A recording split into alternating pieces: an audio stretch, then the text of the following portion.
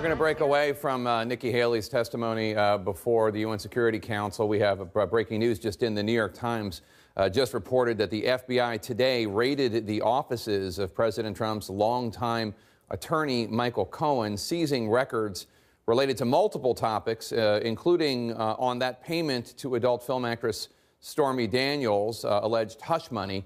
The New York Times also reporting that the FBI also seized emails, tax documents, and business records, and that the records include communications between Michael Cohen, the president's attorney, and President Trump, which would likely require a special team of agents to review because conversations with lawyers and clients are protected in most instances. This is a breaking news story. My panel is here with me to discuss the breaking news and react. And let me start with you, Bill Crystal. The fact that the FBI, apparently with a referral from Bob Mueller, the special counsel, is raiding Michael Cohen's office seems rather significant. And I assume they would need a warrant to do that, which means the judge would have had to have found, and I'm not a lawyer, so don't hold me to this, but some reasonable reason to do this. The FBI can't just go raid offices on its own. So that's interesting what a judge found, that there was some reason to take a look at these records in Cohen's office. And also the New Times is reporting that they seized documents related to a whole host of issues, not necessarily just relating to the underlying allegation or question about whether or not there's collusion, David Urban. Right, so as we know, as everybody on this panel knows, as you know, Jake, the special prosecutor's mandate here is very broad, and he can look into anything he'd like.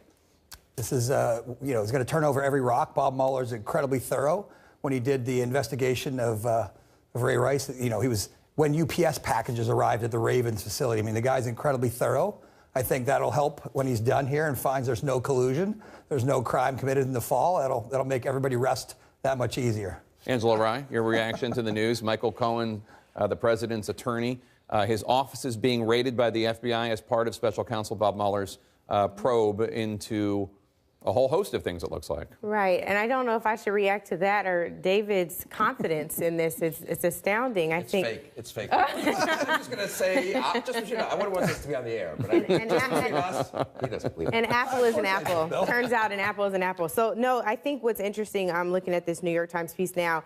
It says the search does not appear to be directly related to Mr. Mueller's investigation. However, I think what is alarming and what should alarm the American people is that there are so many issues of ethics or the lack thereof, crimes or potential crimes being committed, collusion or potential collusion. There are so many issues surrounding this president that it's just phenomenal at this point that he's able to get anything done. There's issue after issue, and they continue to skirt ethics guidelines, that every other presidential administration has had to follow.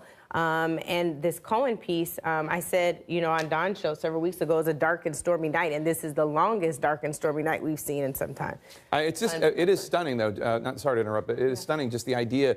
Michael Cohen is his attorney, and usually I would think prosecutors would be very reluctant to raid the offices of the attorney of an individual, even if he's not the target of the investigation. He is in some sort of role in the investigation, President Trump.